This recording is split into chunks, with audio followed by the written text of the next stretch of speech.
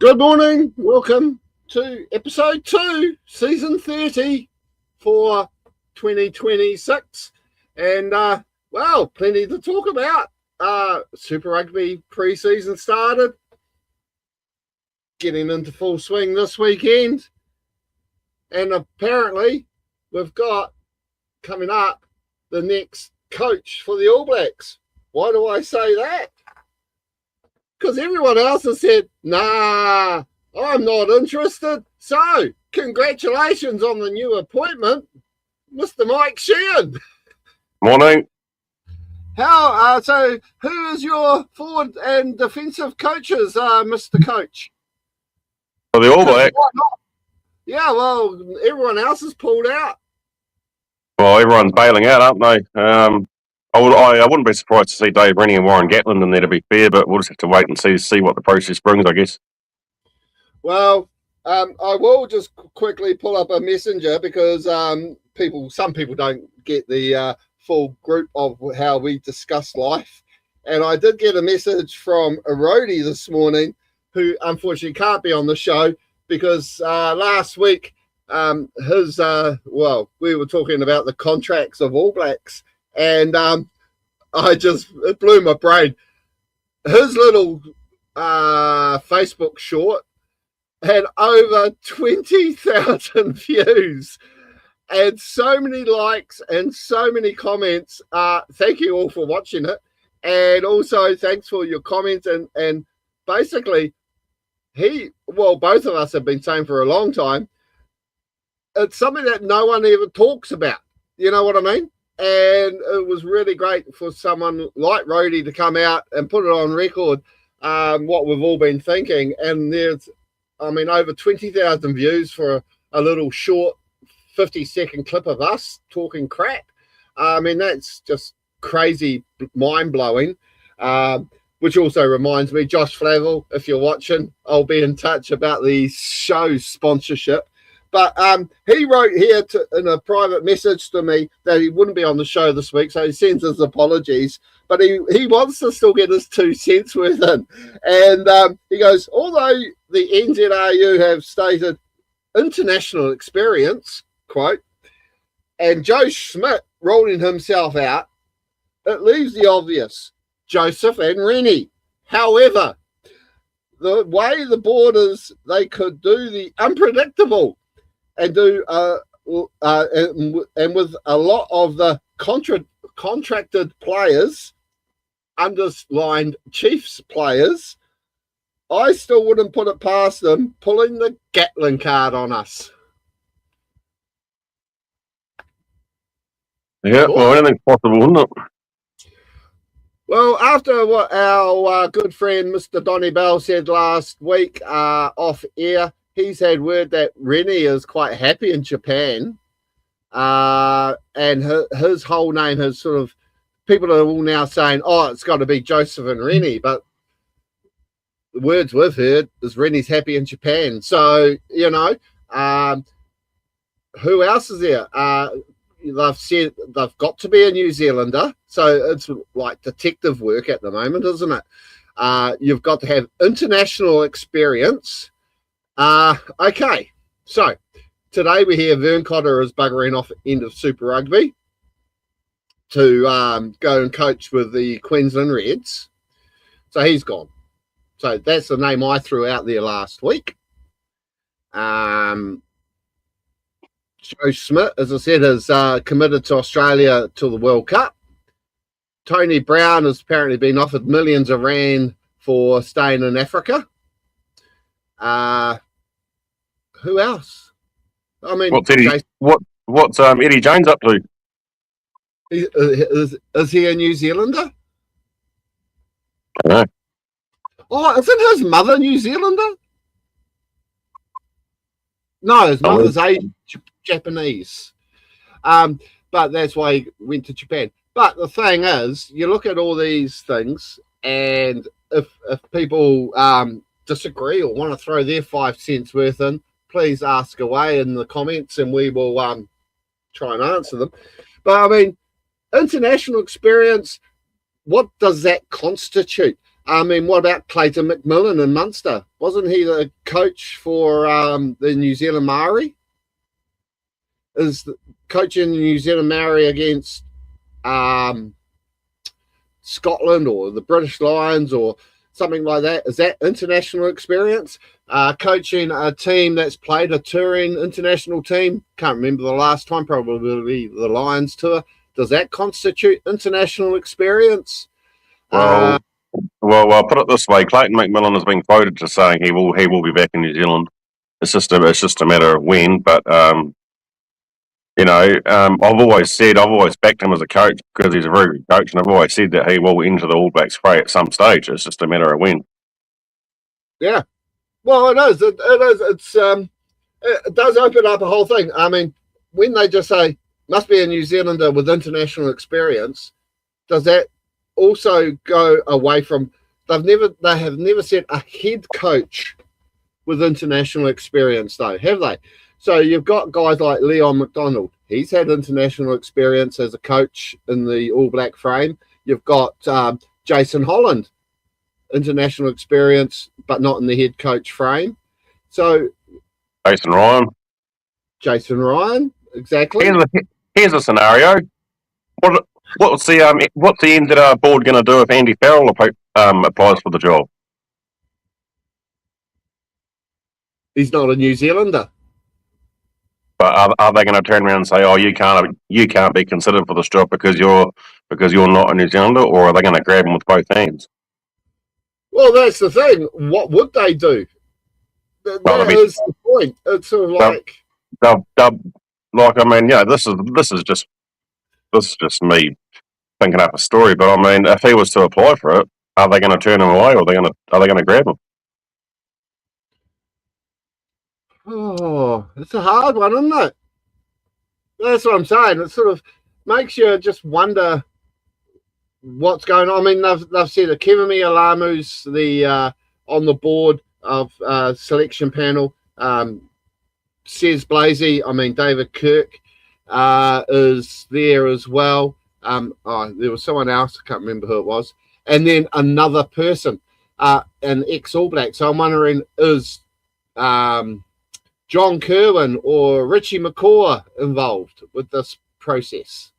Well, this is what I mean. If they're going to come out and say they want a head coach with international experience, that rules out any past All Blacks player going for the job that has retired, that wants to maybe step into coaching or be involved with rugby in some way. That rules any past player like Sam Whitelock, Brady, Richie McCaw, Dane Coles. That pretty much rules all them out of the equation.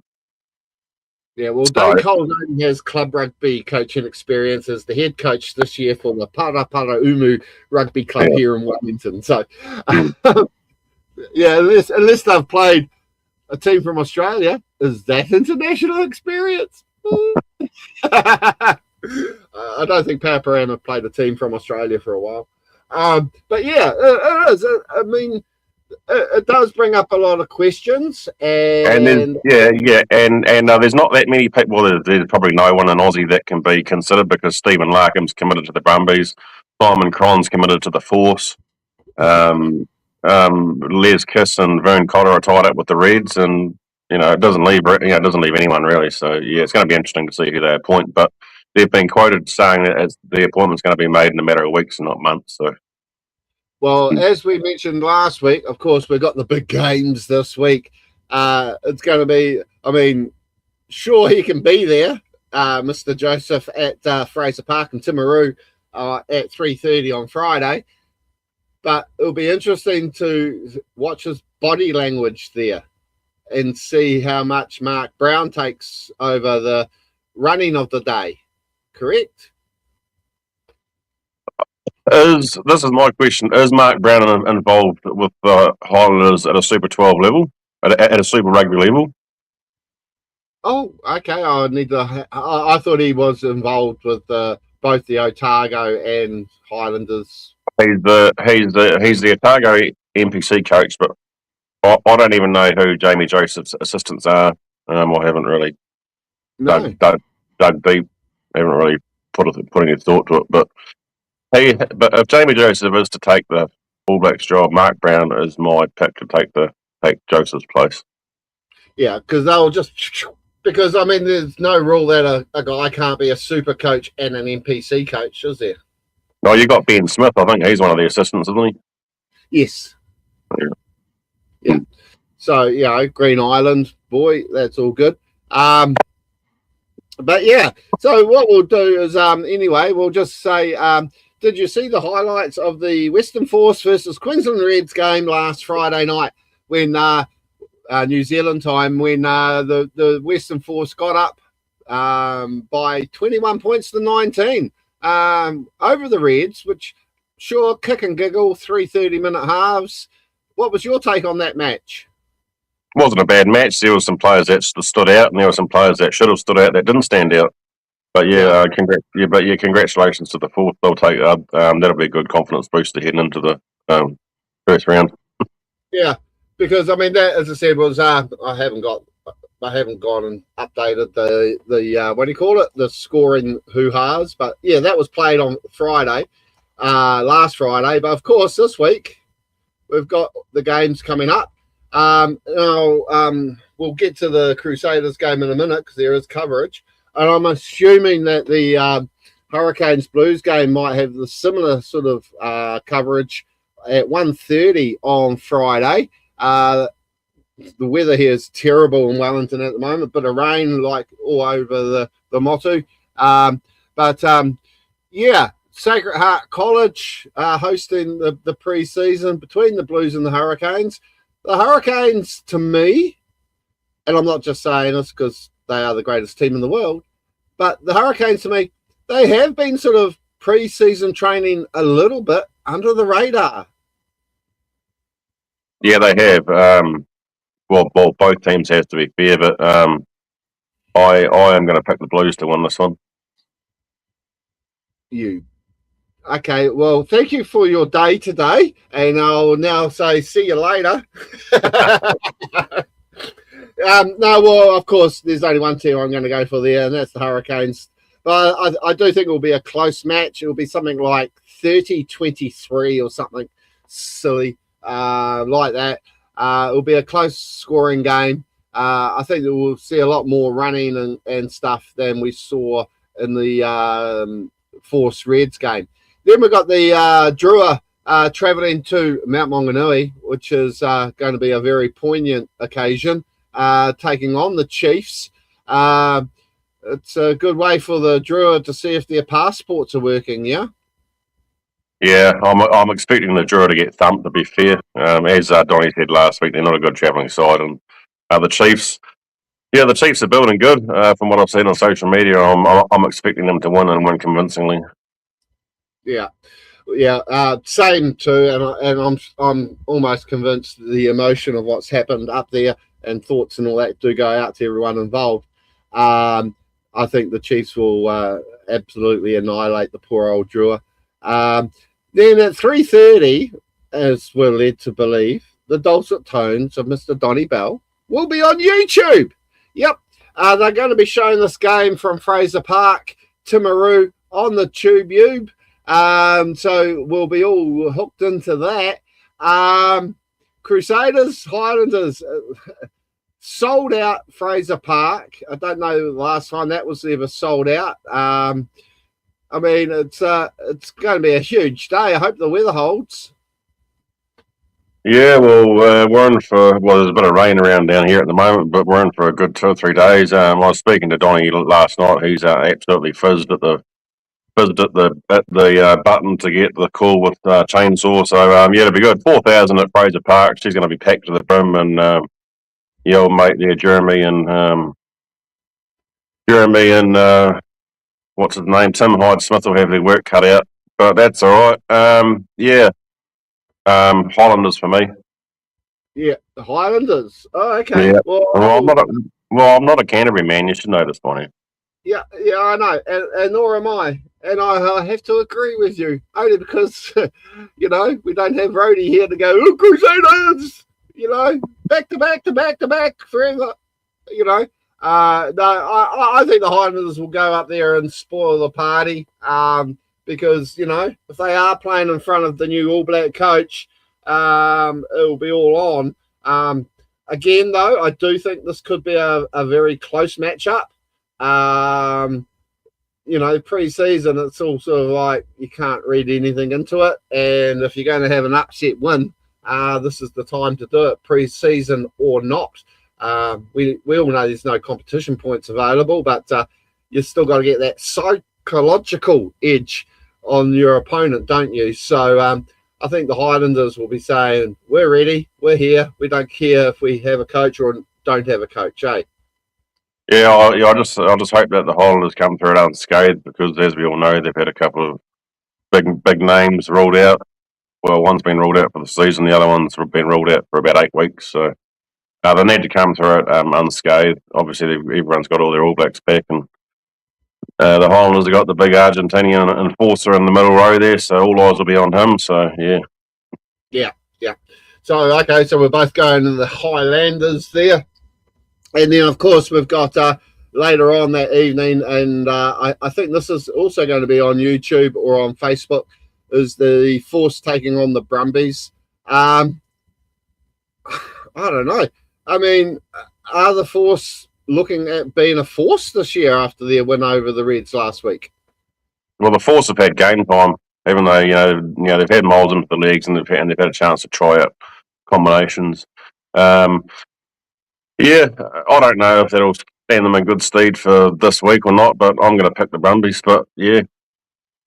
No, I mean that's all we can sort of think of, isn't it? Really. I'll just get out of that screen there so I can see what I'm doing. Oh, come here, you. What's going on here? There we go. I'll get out of that now. What other news have we had floating around the world this year? Yeah, not a lot really. Sold out in Timaru. We've spoken about the head coaching. That's huge for Timaru. 4,000 people. That's a lot of people to pack into Fraser Park. Well, yeah, and it's the new Fraser Park too. Oh, that's what I was going to bring up. The Highlanders. Will they be missing Sam Gilbert this season? 20. He's overseas. Connacht in Ireland, and because it jumped out at me. I mean, they're sitting third from bottom in the URC, I think it's called. And but since he's arrived, he's hit 24 kicks in a row. That was made up of 18 conversions and 6 penalties. It just goes to show, is he going to be there for his little term, taking the check? Are we looking at Sam Gilbert as for the 2027 Rugby World Cup? Well, why not? We all know he's extremely talented. It'd be good to see him back in Highlanders colours at some stage. I'm not too sure what the contractual arrangements are between the Highlanders and the team he's with at the moment, but he's he definitely needs to come back, because he is an up-and-coming star. Oh, he definitely is. And also, I know we're about a month away from it, or actually 2 months away from it, but if you follow our Facebook page, there is a link in there for people who are in the Taranaki to get along to the Anzac Day Classic between the Classic Wallabies and the Classic All Blacks. All totally rebranded due to the fact that the NZR said they couldn't use the logo they were using. So they've gone off and rebranded themselves. So they've had people like Lima Sabawanga, Albie Matthewson, Toby Arnold, Andre Taylor, and one other one there, Mike Delaney, have put their hands up to play for the Classic All Blacks. So they're sort of putting together quite a massive team for that game. It's sort of like... Yeah, there's a name I haven't heard for a while, Mike Delaney. Yeah, so that's, I think, one reason why in the back of my head I wanted to bring it up. Because has he not been helping coaching at Waikato? Yes. So, but has he had international experience? I can safely say we can rule him out. Yeah. So, but it'll be an interesting sort of show today, because I mean, really, we're still on that precipice of let's get into it, because like next week's show, we've got all the results to talk about. We've got hopefully more information about what coaches have said, nah, not interested. And it'll be interesting then to see if the NZR widen the scope, because I mean, they might have a decision in a few weeks. I personally think they've made the decision now, and they're just going through that silly, stupid process thing.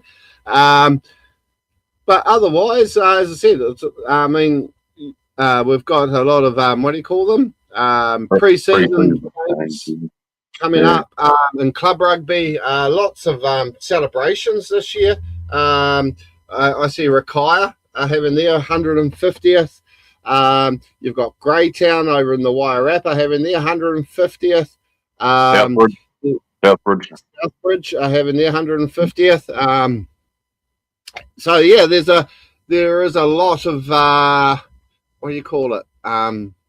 Milestone. They were playing one of our teams from up our way, weren't they? I'll just quickly roll back. That was the other thing too. Silver Lake. Now, if you didn't see my little post, Silver Lake own a percentage of New Zealand rugby.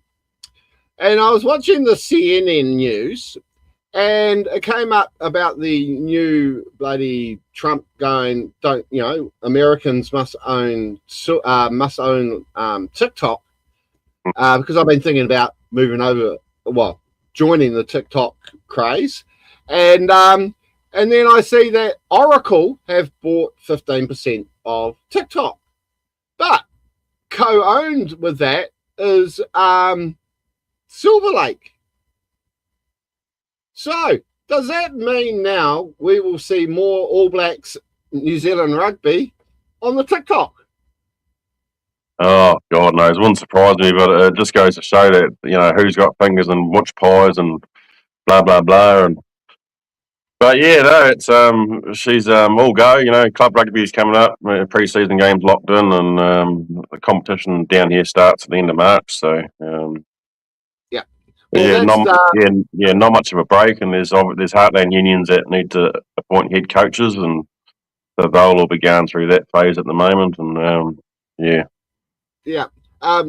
this is why I was thinking about the Southbridge run, because that's I'm sure Rhodey will be wanting maybe to travel down or travel up to Littleton, because they'll be taking on his club, the Littleton Rugby Club, in a pre-season schedule, which is exciting for Littleton and stuff like that. And then they have over the April weekend, I'm guessing that's Anzac weekend, over 4 days, so it must be 3rd, 4th, and 5th of April. They'll be having their 150th Jubilee. So there'll be plenty of stars floating around there. I suppose Mr. Carter will be there, etc. So, but yeah, it's sort of, I mean, really, just sort of padding this out to be a 30-minute show now.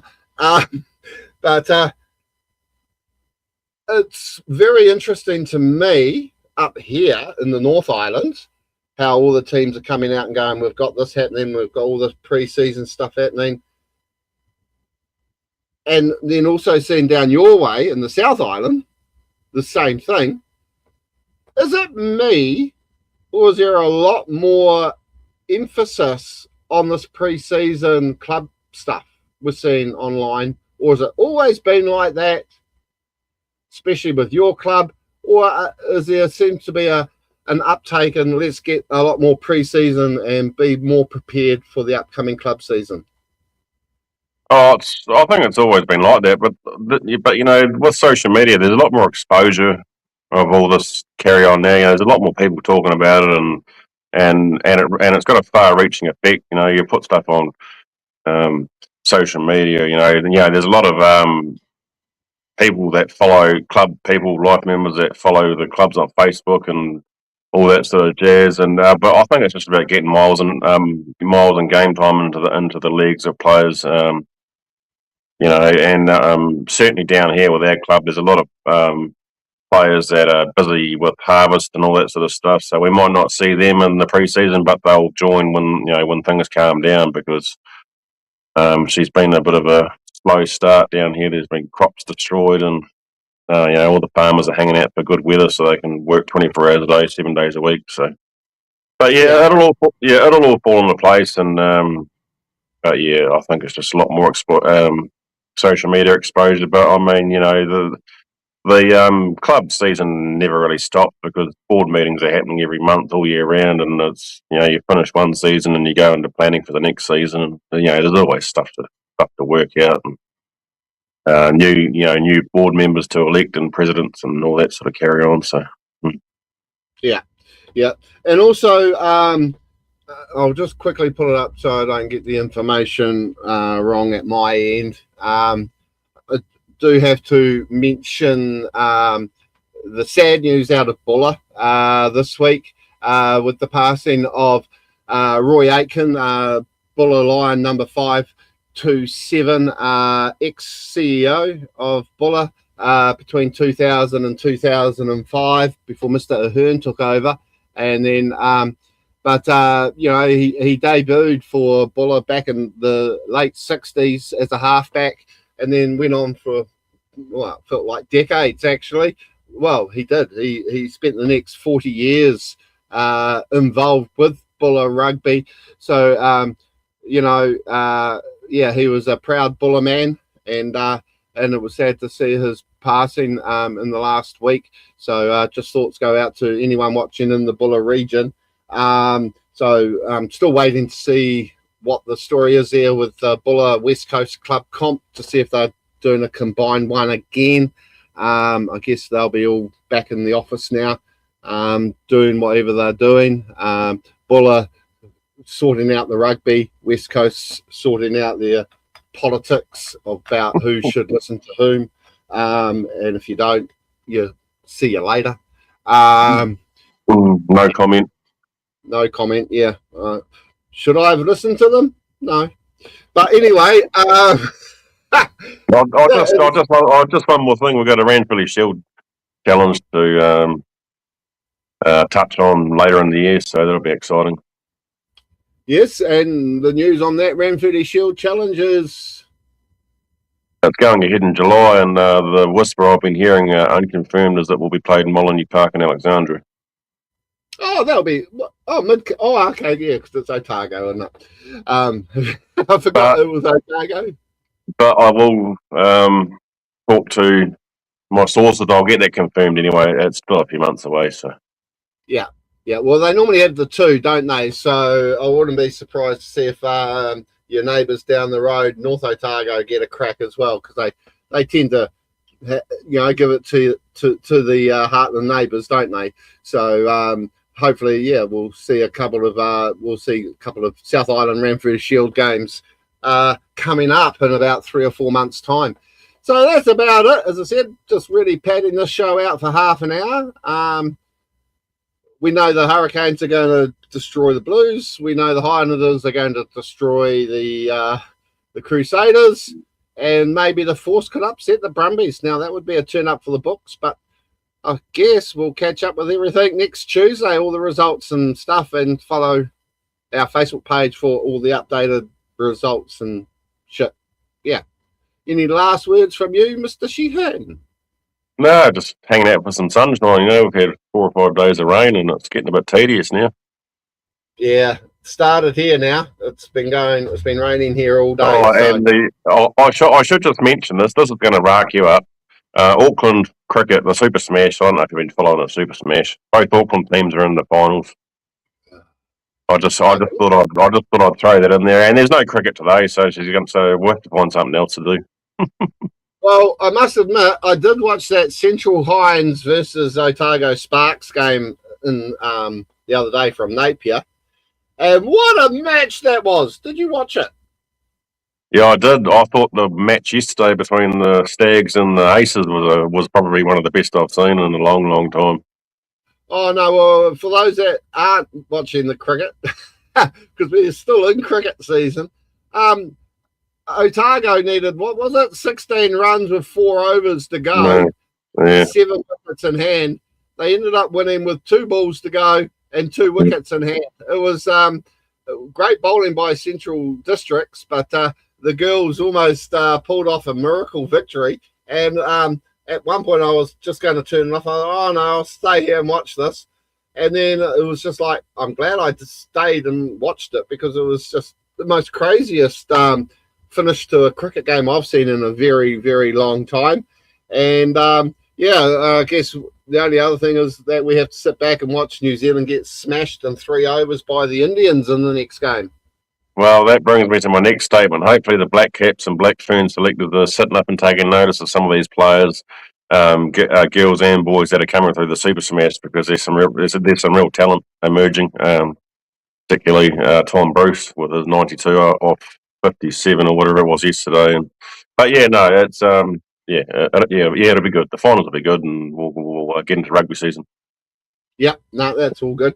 So, okay, until next week, thank you all for watching, and I'll get you to stay on the line as per norm as we finish the end credits. Till next week, see you all. Take it easy. See you all.